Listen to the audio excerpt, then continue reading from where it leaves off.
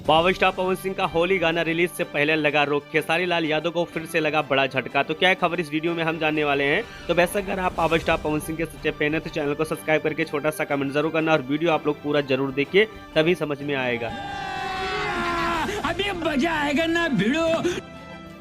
देखिए दोस्त, सबसे पहले आपको बता देना चाहता हूं कि खेसारी लाल यादव का आज देखा जाए होली का दूसरा गाना रिलीज हो चुका है और 2 घंटे में देखा जाए तो 55,000 ही व्यूज क्रॉस कर पाया है।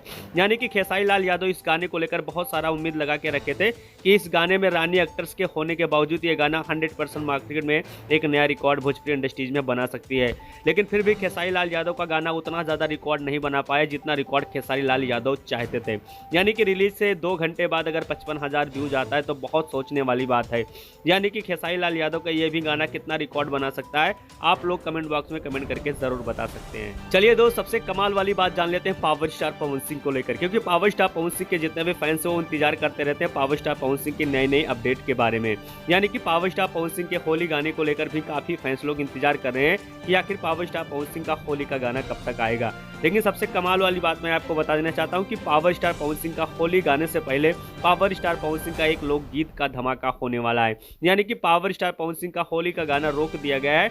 पावर स्टार पवन सिंह का लोकगीत धमाका होने के बाद पावर स्टार पवन सिंह के होली गाने का बड़ा धमाका आप लोग के बीच में 100% होने वाला है।